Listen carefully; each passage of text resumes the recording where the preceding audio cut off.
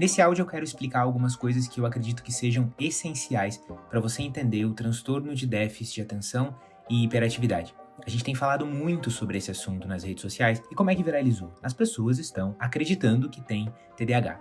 E olha, eu acredito que muita gente tenha TDAH e não saiba, então eles têm razão. Por outro lado, quando a gente começa a popularizar um diagnóstico, sempre tem aquele risco da gente romantizar o que é verdade, o que é mentira sobre TDAH e o que qualquer pessoa tem que saber sobre esse transtorno, que sabendo isso já vai te colocar naquele 1% que sabe mais do que 99% das outras pessoas que estão presas em modas e trends. Vamos lá então? Primeira coisa que eu quero que você entenda sobre TDAH é que déficit de atenção e hiperatividade não tem nenhuma relação com inteligência. As pessoas com TDAH não são mais inteligentes e nem são menos inteligentes. Existem pessoas com esse transtorno que têm uma alta inteligência e outras que têm uma baixa inteligência e outras que têm a inteligência na média. Não tem nada a ver uma coisa com a outra, certo? As pessoas com TDAH, elas podem, no entanto, ter um probleminha relacionado à memória. Como elas têm dificuldade de prestar atenção, especialmente de prestar atenção em coisas que são chatas ou que não são urgentes, que não sejam do interesse delas, elas também podem ter mais dificuldade em algumas matérias na escola, porque como aquilo não é do interesse, ela não presta atenção, como ela não presta atenção, ela não lembra, não forma memórias.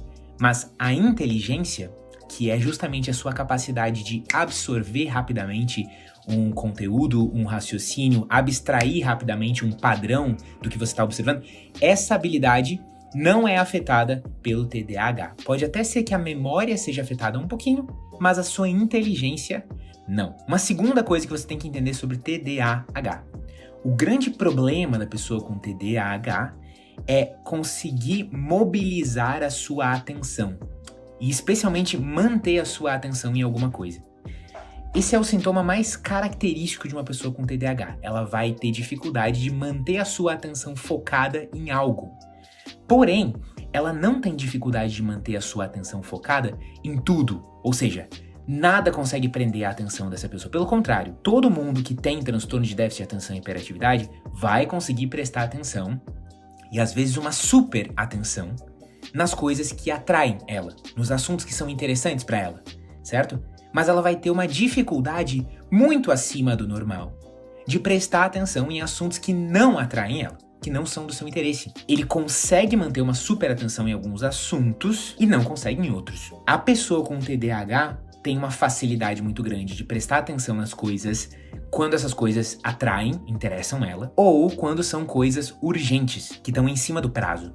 Então a pessoa com TDAH geralmente é aquela que vai deixar aquele trabalho de faculdade para a última hora. É aquela pessoa que vai deixar para fazer o imposto de renda na última hora do último dia. Ou seja, quando uma coisa não parece urgente, é difícil que aquilo chame a atenção da pessoa com TDAH. Agora, quando tem uma urgência, o prazo tá em cima, parece até que ela aumenta a sua inteligência, ela fica super focada. O TDAH é um transtorno que por muitos anos foi associado ao período da infância. Quando você falava em TDAH, na hora você já lembrava de uma criança de 7, 8 anos correndo na sala de aula, interrompendo a professora, incomodando os colegas, aquela criança problemática, né? Porém, hoje em dia a gente já sabe que o TDAH, ele aparece em crianças, ele aparece em adolescentes, ele aparece em adultos, e mesmo que você tenha sido uma criança que não era essa figura clichê da criança que tá sempre interrompendo e fazendo fusar canal, você pode ter tido TDAH. Quais são esses sinais, então, na vida adulta de que você pode ter TDAH?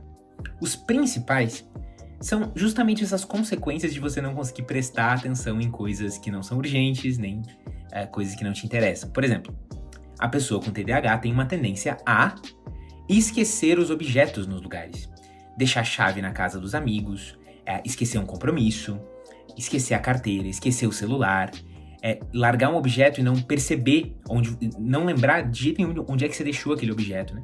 Todo mundo tem isso um pouquinho, mas a pessoa com TDAH leva isso a um extremo. Além de esquecer objetos, o que mais? A tendência de procrastinar e deixar tudo pra depois. Quando tem algo que te interessa muito, você faz agora e você se obceca com aquilo. Mas quando é algo que não te interessa muito, você deixa pra última das últimas horas. Qual é um terceiro sintoma? Vai ser essa dificuldade de prestar atenção e se manter focado nas coisas. A pessoa com TDAH, geralmente ela tem uma certa inquietude e uma necessidade de ficar trocando de estímulos.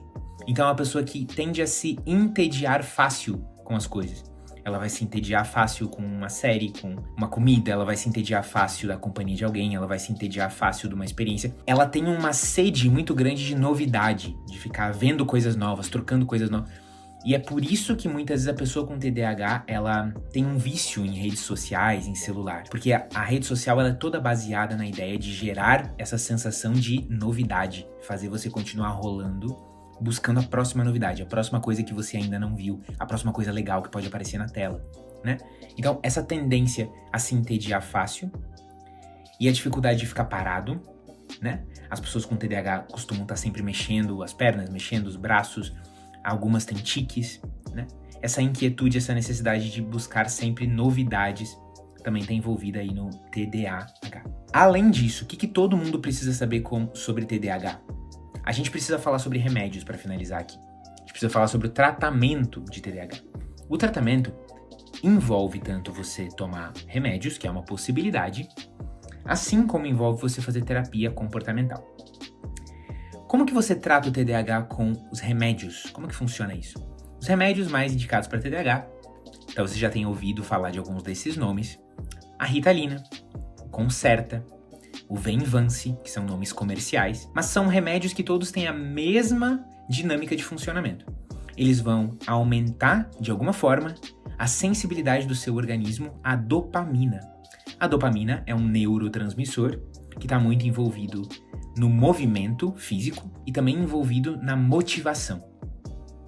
Quando a gente está buscando algum tipo de objetivo, existe uma parte do nosso cérebro, o núcleo estriado, que ajuda a gente a continuar motivado até chegar ao fim desse objetivo. A cada pequeno passo que a gente dá em direção a esse objetivo, essa parte, esse núcleo estriado, libera uma certa quantidade de dopamina, esse neurotransmissor, que de alguma forma nos sinaliza que a gente está no caminho. É a dopamina o neurotransmissor mais importante para que a gente se mantenha focado em algum objetivo, persistente em alguma tarefa, prestando atenção em algo. E as pessoas com TDAH, todos os estudos que analisam o cérebro das pessoas com TDAH mostram que elas têm dificuldade com o processamento dessa dopamina. Como a pessoa com TDAH naturalmente tem esse déficit, ou seja, essa dificuldade de lidar com a dopamina, eu faço muito a comparação com alguém que tem miopia ou hipermetropia. Dificuldade de ver de longe ou de perto. Essa é uma dificuldade natural, né? Então, se é uma dificuldade natural que você não tem nenhuma culpa que exista, você vai usar óculos, né? Você não vai se sentir culpado porque você está usando óculos. É a mesma coisa com a Ritalina, com o Concerta. Você tem biologicamente um problema e você vai usar alguma coisa para consertar, para corrigir essa distorção. Então, quando eu tomo algum remédio, Ritalina, por exemplo, eu não me sinto culpado porque eu sei que naturalmente eu tenho essa deficiência de dopamina, essa dificuldade de atenção, e é como se eu estivesse colocando os meus óculos, certo? Agora, além do remédio, como que a terapia pode ajudar? E a função da terapia para quem tem TDAH é justamente compensar essa falta de organização interna que você tem, essa dificuldade de se organizar, de lembrar das coisas, de se manter focado, de ter uma linha de pensamento só e não um turbilhão de pensamento. E ele vai ajudar você, o terapeuta vai ajudar você a ter uma organização externa a você, que vai compensar essa falta de organização interna. Então, eu sou totalmente incapaz de lembrar todos os meus compromissos.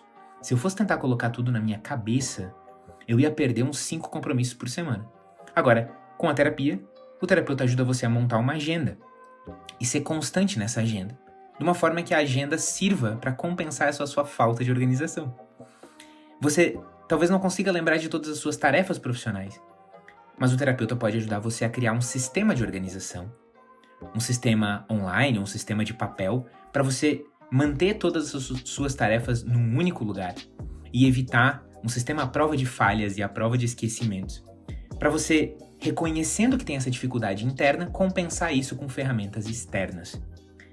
A terapia também pode te ajudar a admitir que você tem esse problema, a lidar com as consequências sociais de ter que explicar para as pessoas que você funciona um pouco diferente, a lidar com a vergonha de agora entender que você tem isso e ainda não conseguir aceitar que você tem isso e ainda ser muito duro consigo mesmo.